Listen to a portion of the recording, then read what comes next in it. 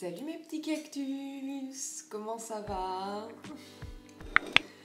C'est dur ce matin, c'est dur ces derniers jours, je me suis à nouveau redécalée dans mon cycle de sommeil, c'est-à-dire que je ne me couche plus à une heure correcte et je ne me lève plus à une heure correcte et c'est pas bien. Ce qui explique ces magnifiques yeux en 6 dimensions, on pourrait même dire. Je pense que là, ça peut sortir de l'écran et hopper. On peut ranger dans ses valises beaucoup de choses. Beaucoup de choses. Ça fait longtemps que je n'ai pas fait une vidéo que je tourne le matin. Le matin. Ou que j'ai pas tourné en avance. C'est bien pratique ça. Ah c'est bon ça. Au moins après je suis tranquille. Il faut que je me retrouve un sujet à rallonge. Ah il y a... Non mais quand même j'essaie d'alterner des sujets, différents sujets, pas trop... Voilà, pour pas que ça soit trop violent quand même. Hein?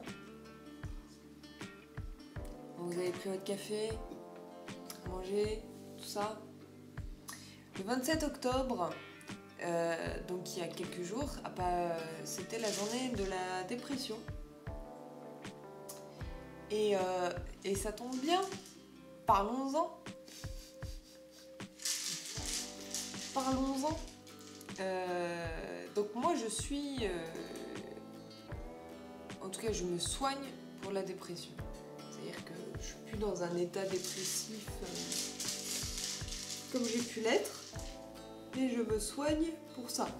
Je suis sous traitement. Dépression sévère. Donc, grave. La dernière phase de la maladie. Et je me rends compte quand même que c'est tabou. C'est tabou. Au début, j'ai cru que ça allait quand même. Et puis en fait, non, c'est tabou. C'est-à-dire que au début, si tu dis que t'es tombé en dépression ou quoi, voilà, les gens ils peuvent compatir un petit peu, pas forcément te poser des questions, mais plus avoir cette réaction de ah d'accord, oui ma pauvre, bon, on va parler d'autre chose, hein, parce que si on parle de ça, ça risque...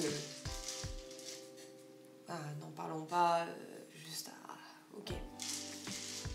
Et puis quand ça fait plusieurs mois, parce qu'en fait les traitements durent plusieurs mois, plusieurs années, voilà, moi je ne le savais pas non plus. Beaucoup de médecins généralistes apparemment donnent des antidépresseurs pour la durée de 6 mois. Bon, moi j'ai vu avec les psychiatres qui m'ont clairement expliqué que des antidépresseurs pendant 6 mois, ça servait à rien. Et surtout, si on arrête trop tôt, on risque de retomber dans un état dépressif 10 fois pire que celui pour lequel on était venu à la base. Donc il faut faire très attention. Et en tout cas, dans mon cas, moi je vous dirais toujours... Putain, mais elle est chiante l'autre avec sa bouche. C'est bon, Harry? Harry, je fais une vidéo, est-ce que tu pourrais manger dans 10 minutes en fait?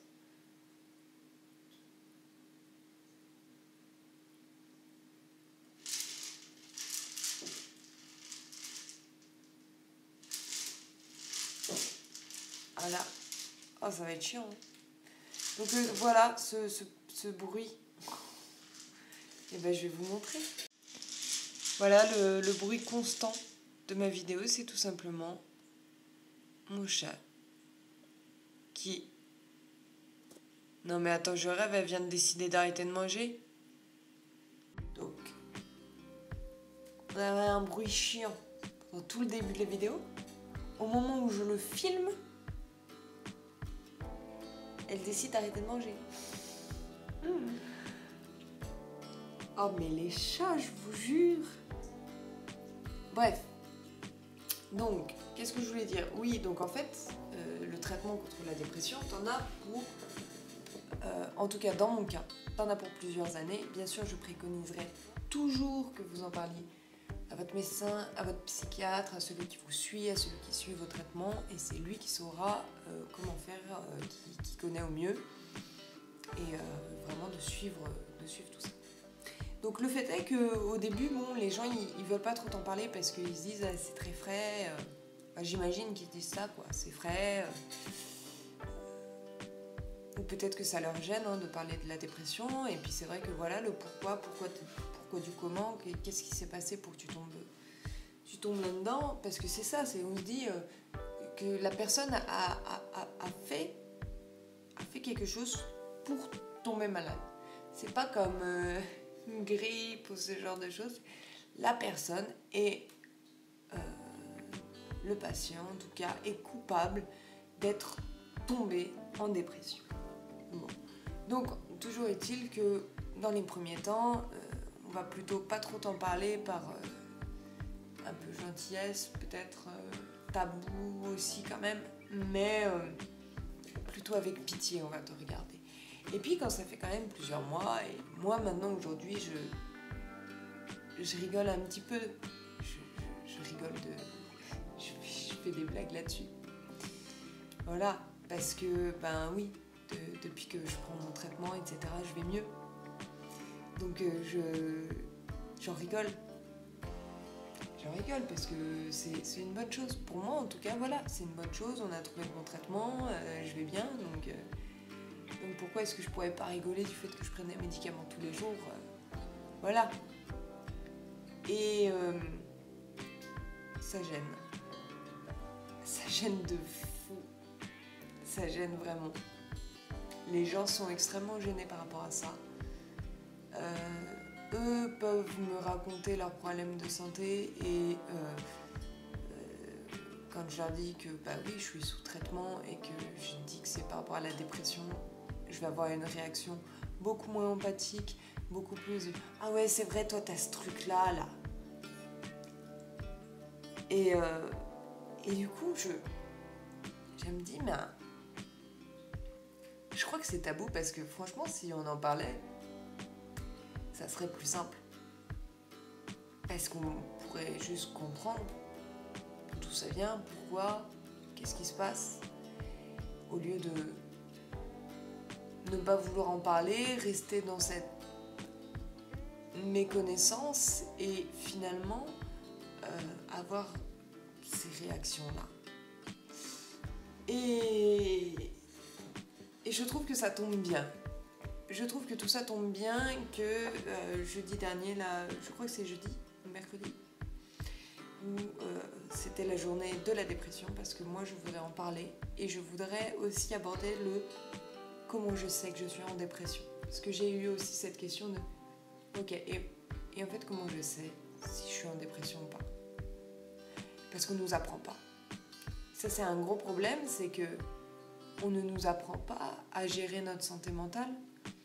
Si on avait appris depuis tout petit à gérer notre frustration, à gérer les événements de la vie, etc., à gérer le deuil, à apprendre à gérer tout ça, on aurait beaucoup moins de burn-out, de dépression, de maladies mentales liées à des traumas, etc., puisque on réglerait les choses au fur et à mesure, et c'est quand même mieux plutôt que d'attendre que le tas de merde soit aussi grand que la cathédrale de Gizeh. Oh mon Dieu, la pyramide de Gizeh. Hein, bon, la cathédrale de Gizeh. Tout à fait. Oh, les Égyptiens sont très très très connus pour avoir construit ces cathédrales. Et c'est le matin, ça va plus. Hein. Oh les gars, ça va plus. Donc déjà, je voudrais remettre en perspective de 3 trucs, remettre au clair de 3 trucs sur la dépression, sur les dépressifs, sur tout ça. Et potentiellement, oui, peut-être un petit peu vous éclairer. Donc déjà, en fait, les dépressifs, c'est des êtres humains. Comme toi, comme vous et moi, comme tous les êtres humains qui peuplent cette petite planète. Les gens qui tombent en dépression. J'aime pas. En fait, c'est vrai que la formulation est vraiment... Ces gens-là qui tombent, tu sais, ces gens... Les gens suivent le chemin de la vie et il y a un ravin et il y a des gens qui tombent dans le ravin. C'est pas exactement comme ça.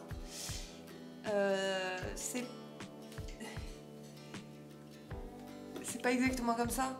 C'est-à-dire que si on nous avait éduqués depuis toujours à gérer notre santé mentale et que consciemment tu refuses de te soigner et de gérer ta santé mentale, oui, tu vas avoir des problèmes. Mais si on t'a jamais appris, et c'est le cas dans notre société, on ne t'a jamais appris à gérer ta santé mentale, et que tu te retrouves avec X fardeau et que tu dois faire une pause dans le chemin, ou que tu ne puisses plus avancer parce que la charge est trop lourde, je pense que c'est mieux que de dire je suis tombée dans le ravin, c'est que à un moment donné ta charge est trop lourde, donc tu vas avoir d'autres symptômes. Voilà, si je devais parler en physique, voilà, tu fais une randonnée puis ton sac à dos est de plus en plus lourd, de plus en plus lourd, de plus en plus lourd. Et oui, tu vas avoir mal au dos, oui, tu vas avoir mal aux jambes, oui, tu vas ralentir, oui, tu vas être essoufflé plus vite, oui, tu vas être fatigué plus vite, oui, tu vas devoir faire des pauses, oui, ça. Les gens ne cherchent pas à tomber en dépression, ils ne le font pas exprès, ils ne font pas exprès non plus de rester dans cet état. Il y en a beaucoup qui n'arrivent pas à s'en sortir et c'est quelque chose qui est vraiment dramatique, mais qui est beaucoup plus complexe que... là, je rentrerai pas dans les détails, mais c'est beaucoup plus complexe que de dire elle veut pas s'en sortir. C'est beaucoup plus complexe que ça. Donc ayez de l'empathie. Ayez de l'empathie parce que aussi la dépression peut toucher tout le monde. Et ça, on l'oublie. Vos parents, vos enfants, vous. Oui, vous, l'irréductible. Oui, vous qui pensez être plus fort que tout. Avoir vécu tous les traumas et vous en êtes sorti vainqueur. Vous qui pensez que vous avez compris, quoi. Vous avez les clés de la vie. Et donc ça roule. Même vous pouvez faire une dépression et un burn-out. Personne n'est à l'abri. La personne qui sera le plus à l'abri sera celle qui prendra le plus soin de sa santé mentale. Point. C'est tout. Qui saura écouter son corps, qui saura écouter les signaux d'alarme. Mais en général, on ne nous apprend pas ça. On nous apprend à repousser nos limites. On nous apprend à... Voilà. Mais repousser ses limites, c'est pas ce qui fonctionne. Ouais, repousser ses limites, c'est bien beau. Mais il faut savoir se reposer, il faut savoir écouter son corps, il faut savoir écouter son esprit, il faut savoir écouter tous ces signaux qui font que... Et en fait, ça va pas. Et en fait, est-ce que tu pourrais prendre du temps, là? Il y a un truc qui va pas.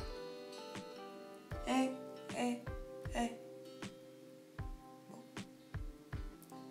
Moi, j'aimerais bien, tu vois, vous apprendre à repérer tous ces signes, etc. Mais ça peut être beaucoup de choses. Ça peut être... Et puis ça va dépendre de chaque individu. De votre vie, de votre passé. Enfin bon, toujours est-il que si vous avez vécu des traumas, déjà, ça vaut le coup d'en discuter. Ça vaut le coup d'aller voir un pro. Il n'y a pas besoin d'être au fond du trou pour aller voir un psy, par exemple. Ça, c'est vraiment une erreur qu'on a. Normalement, la logique est faussée, quoi. La logique est complètement faussée à ce niveau-là.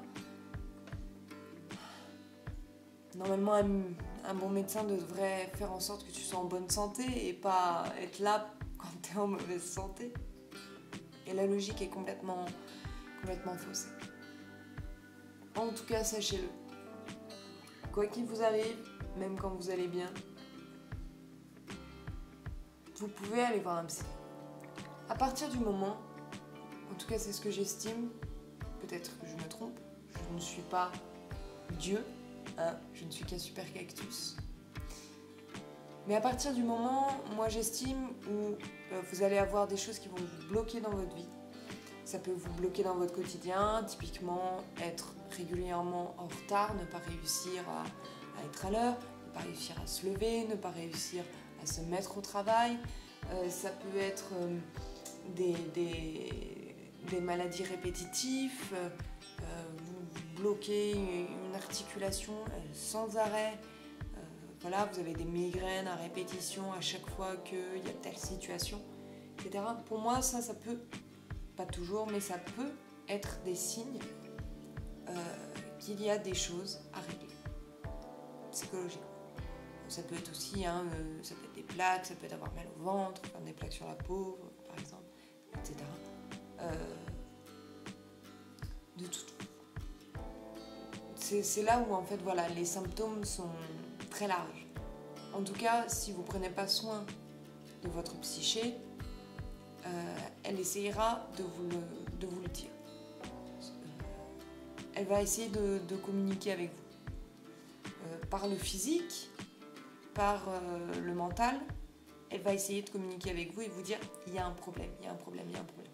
Et les signaux vont être de plus en plus forts. Et c'est sûr qu'il faut être à l'écoute de ces signaux. Est-ce que je fonctionne correctement ?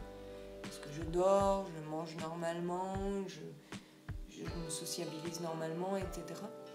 C'est des choses qu'il faut rester à l'écoute et voilà, qui peuvent potentiellement être des symptômes. Donc, moi je pense que si vous avez quelque chose qui vous empêche de fonctionner comme vous le souhaiteriez, ou comme vous aviez l'habitude de fonctionner, ou comme ça c'est idéal de fonctionner pour vivre en société et ça vous handicape, oui, allez voir un psychologue. Il n'y a pas besoin d'être au fond du trou pour aller en voir un. Vous n'allez pas forcément, voilà, vous n'avez pas besoin d'y passer votre vie.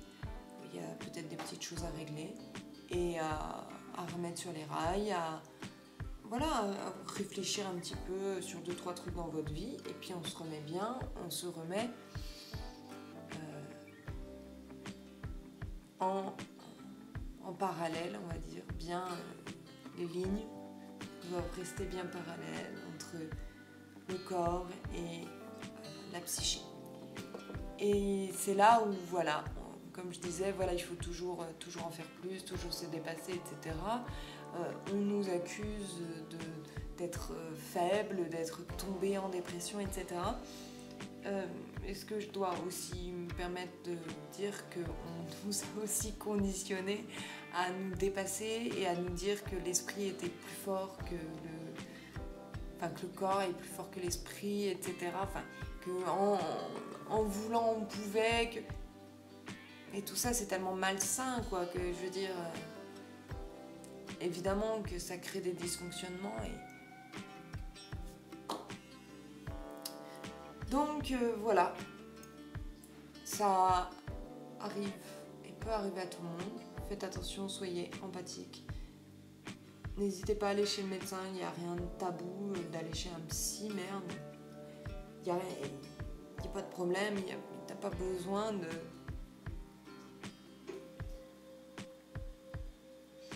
d'être suicidaire pour aller voir un psychologue, quoi. C'est même mieux de régler sa merde avant, je pense que c'est plus simple. Parce que quand on n'a plus le choix, on en a accumulé de la merde. Et donc, on a aussi beaucoup de personnes qui ignorent se rapprocher dangereusement de la dépression ou y être peut-être déjà. L'hiver arrive avec la saison, un petit peu, voilà, comme on dit, la saison de la déprime, il y a moins de soleil, etc. Donc,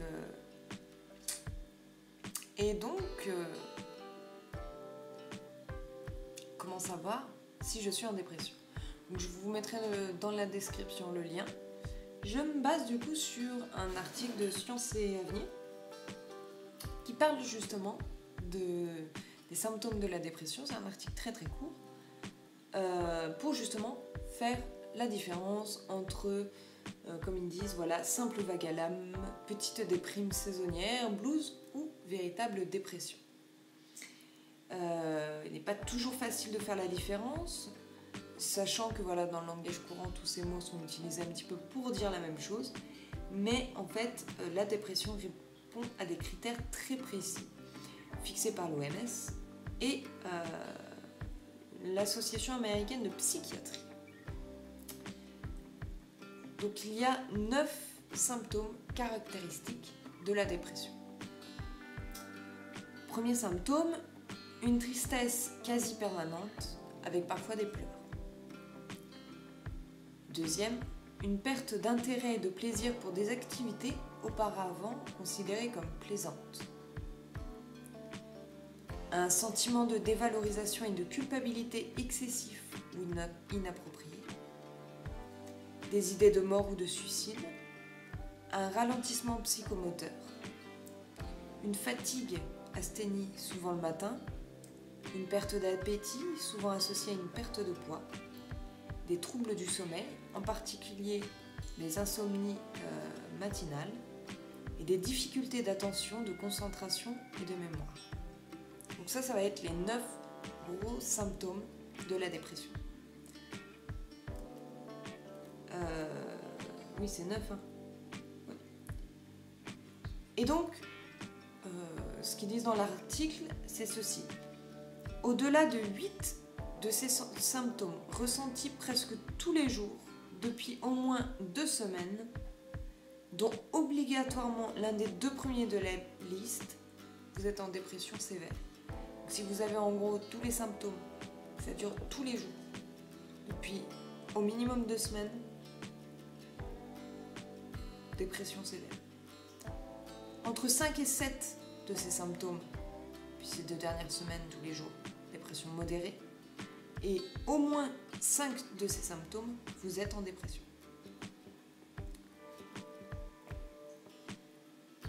Bien sûr, en pratique, les psychologues et les psychiatres ne vont pas forcément utiliser, pas vous faire un test comme ça.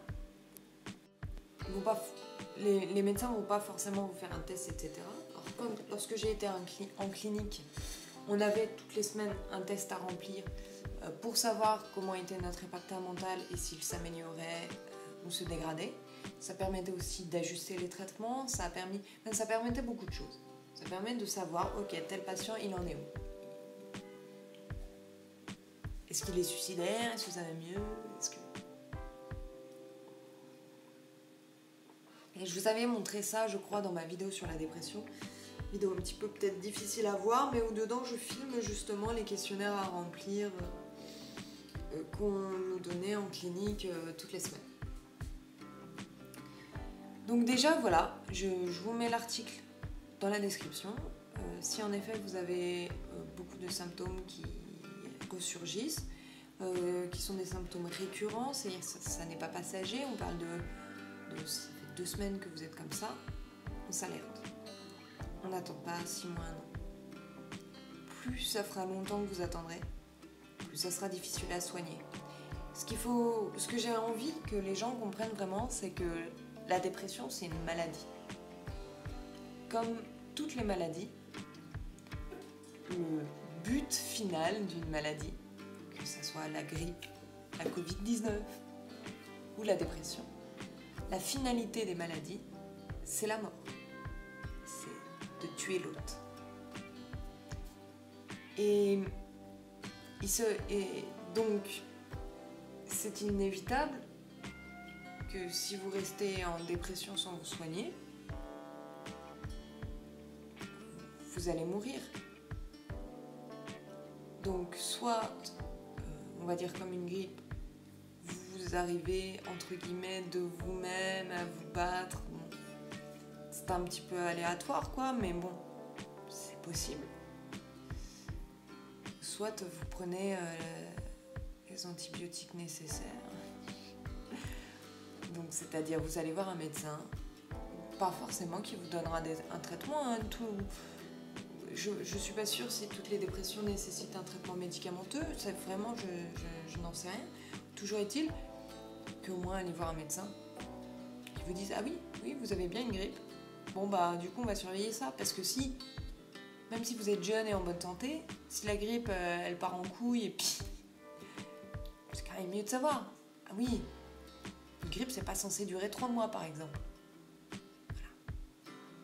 C'est plus une grippe, ça fait 3 mois que vous l'avez. Vous êtes cloué au lit, avec 49 fièvre. Je comprends. Donc c'est important de surveiller tout ça. Si vous n'êtes pas bien depuis plus de 2 semaines, ou tous les jours vous avez des idées de mort, ouais, il faut appeler à l'aide. Il faut appeler à l'aide. Et c'est pas forcément évident d'appeler à l'aide parce qu'on ne facilite pas les choses. Oui, vous avez le droit aussi de choisir votre psychologue, votre psychiatre. Si ça va pas avec lui, vous entendez pas, vous avez le droit, vous changez. Là, on est en train de parler de quelque chose qui est vital, c'est votre santé mentale. Et c'est tout aussi important que votre santé physique. Ok, vous retrouvez du jour au lendemain paraplégique, bah, c'est pareil que vous retrouvez du jour au lendemain dans un état mental lamentable. C'est pareil, vous ne pouvez plus rien faire, vous ne pouvez plus bouger, vous n'avez plus de projet, il n'y a plus rien. Donc c'est important. Et c'est sous-estimé. Et ça peut arriver à tout le monde. Donc oui, il faut faire attention, voilà, tout ce que je vous ai dit, qu'on avait tous notre psyché, essaye toujours de nous communiquer des choses. Il faut les accepter, il faut les prendre telles quelles, et voilà, il faut agir en conséquence. Il faut pas tout le temps fuir les problèmes, ça marche pas comme ça. Les choses, on les met pas sous un tapis, la merde, ça se nettoie en fait. Et c'est faisable. Et s'il y en a trop et qu'il y a besoin d'aide, c'est ok. Pourquoi est-ce que ce serait un problème d'avoir besoin d'aide ? J'ai envie aussi de vous partager que, voilà, si vous êtes avec des gens qui sont en dépression, mais parlez-leur comme à des humains, quoi. On n'est pas des sous-êtres humains. Et à la fois, oui, il n'y a pas à minimiser, c'est une maladie. Maintenant, il faut vous voyez avec qui vous avez en face de vous. Est-ce que vous êtes avec quelqu'un qui se bat, qui s'en sort, qui cherche encore son... je veux dire, il y a beaucoup de cas possibles. Communiquez avec cette personne, mais soyez absolument pas dans le jugement. Et vous pouvez poser des questions. Vous avez aussi le droit de demander si c'est ok d'en parler. Parce que oui, il peut y avoir des périodes où la personne ne veut pas en parler. Vous pouvez demander pourquoi qu'est-ce qu'il y a là, pourquoi on ne demande pas, quoi. Je comprends pas. Moi, je préférerais que les gens ils me viennent et ils me posent des questions, mais parce que c'est moi personnellement. Je préférerais que les gens ils me posent des questions, ils me demandent. Il y en a qui viennent, ils me jugent parce que je prends des médicaments, alors que ça m'a sauvé la vie. Voilà. Ça m'a littéralement sauvé la vie de prendre un traitement. Et je suis contente. Et il faut savoir que la dépression, c'est quelque chose qui est physique aussi. C'est physique. Il y a tout un travail mental à faire, mais c'est physique. C'est-à-dire que physiquement, j'ai des hormones qui ne sont plus produites dans mon cerveau et qui m'empêchent d'être heureuse. Je n'ai plus de sérotonine. Donc, à un moment donné, physiquement, mon mental a agi du fait que, voilà, je ne produis plus de sérotonine. Donc, heureusement que je prends un traitement qui compense ça le temps que ça se remette en place. Si ça se remet en place, on espère que ça se remettra en place. Mais vous voyez ce que je veux dire ? C'est bien de travailler sur ces traumas, etc. Mais pourquoi les gens ils viennent, ils me jugent parce que je prends des médicaments et derrière, ils savent même pas ce que c'est. Je veux dire, prendre de la sérotonine tous les jours, est-ce que c'est pire que de prendre la pilule, qui est aussi des hormones ? Pour moi, c'est la même chose. Je vois pas où est le problème. En tout cas, j'ai beaucoup moins d'effets secondaires que quand je prenais la pilule, ça je peux vous le dire. Donc bon, vous pouvez en parler, vous pouvez demander si vous pouvez en parler. On est tous différents, il y en a qui arrivent à se battre plus ou moins vite, plus ou moins fort. Il y en a où la dépression a été plus ou moins dure, qui savent. Et voilà, on a tous une capacité de résilience et de gérer les événements qui est différente. Ça peut être par nos expériences, par notre passé, etc. Mais pitié, soyez sympa, quoi. Et posez les questions. Et posez les questions parce que c'est réel, c'est pas une maladie dans ma tête, quoi. C'est réel, c'est important, et puis surtout ça fait partie de mon quotidien et ça a été quelque chose d'hyper important dans ma vie. Et je reviendrai dessus, mais ça m'a apporté énormément de bien. Et j'ai vraiment envie de vous partager toutes ces choses. Alors je sais que cette vidéo est brouillon. Peut-être que vous n'avez pas compris où est-ce que je voulais en venir. Je voulais vous donner déjà de la compréhension sur cette maladie, au moins en surface, on va dire. Vous prévenir et vous prévenir des symptômes qui, justement, vous disent là, ça serait temps de vous... faut faire attention. C'est plus juste une grippe. C'est plus important que ça. C'est pas juste une petite déprime. C'est plus important que ça. Parce que plus vite on se soigne, plus vite on est soigné. Et moins on a d'effets secondaires. Et ce que je veux dire, plus longtemps vous restez malade, moins votre système immunitaire a de force, etc., etc., etc. Et donc, ce cercle vicieux ou vertueux, vous pouvez le prendre et c'est en sachant avant que vous pouvez prévenir. C'est en sachant que vous êtes susceptible de tomber dans la boue, de glisser. Si vous n'êtes... Voilà, c'est sûr que quand on n'a jamais glissé d'un rocher, on croit qu'on ne peut pas glisser. Et quand on a des gens à côté de nous qui disent « Si moi j'ai glissé, ça glisse, attention !» Et t'as jamais glissé de ta vie. Et je vais essayer de t'expliquer. Quand tu commences à sentir sous tes pieds, c'est mou, machin. C'est très très difficile de vous expliquer. Parce que si vous n'avez jamais glissé de votre vie, comment vous expliquer comment éviter de glisser, etc. Bon, c'est très difficile. J'essaye de le faire quand même parce que je suis persuadée que c'est d'utilité publique, parce qu'on n'en parle pas assez, parce que je veux en parler, parce que j'ai des choses à partager là-dessus. Et comme je dis, voilà, on fera une vidéo de tous les bienfaits que ça m'a apporté. Et voilà. Mais prenez soin de vous. Prenez soin de votre santé physique et mentale. C'est très important.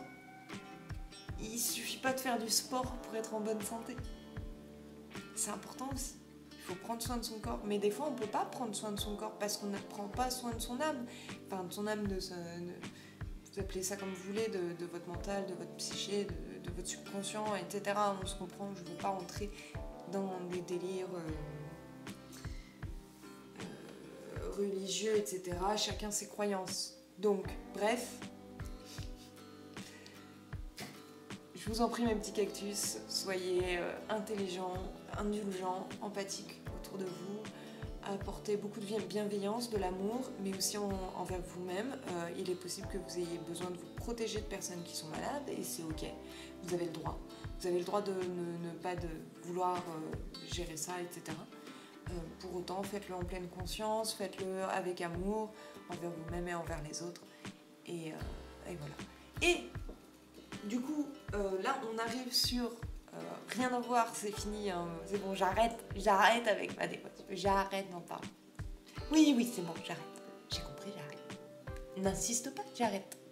On en parlera une prochaine fois dans une autre vidéo, c'est bon, là, oh, casse les couilles. On arrive en novembre, on est la première semaine de novembre, ce qui signifie qu'il y a un nouvel article sur ma boutique Etsy. Et pour ce novembre, je vous ai prévu de quoi vous tenir chaud, de quoi être bien avec une capuche et une grande poche. Et vous pouvez même mettre une bouillotte dans cette poche comme ça. Vous n'avez même plus besoin de ceinture à bouillotte, vous avez directement votre pull avec une bouillotte à l'intérieur. Et oui, c'est parfait, c'est magique, c'est extraordinaire pour vos règles, l'hiver et justement le cocooning. parce que j'ai envie que novembre soit sous le signe du cocooning. Prenons soin de nous. Et moi, eh ben, c'est pas du tout mon cas, c'est pas bien, je fais pas du tout ça. Je ne fais que me culpabiliser de ne pas être à temps dans mes projets, de ne pas faire les choses assez bien, assez vite et tout ce qui s'ensuit. Et en plus, du coup, je ne dors pas, je me fous du stress tout seul, rien ne va plus. Les jeux sont faits. Sur ce, je vous embrasse. J'ai hâte de vous montrer sur quoi je travaille et toutes ces choses et de parler encore avec vous. J'adore parler avec vous. À chaque fois, j'ai la flemme d'allumer cette caméra, mais après, quand même, on est bien à discuter quand même. J'adore parler toute seule, comme ça, devant ma caméra. En fait, c'est beaucoup mieux que quand on discute avec quelqu'un. Parce qu'au moins, on n'a personne pour nous contredire, quoi. Je veux dire, faites ça de temps en temps, parlez à votre mur, vous verrez. Ouh, ça libère. Ça n'a rien à voir avec parler avec quelqu'un, quoi.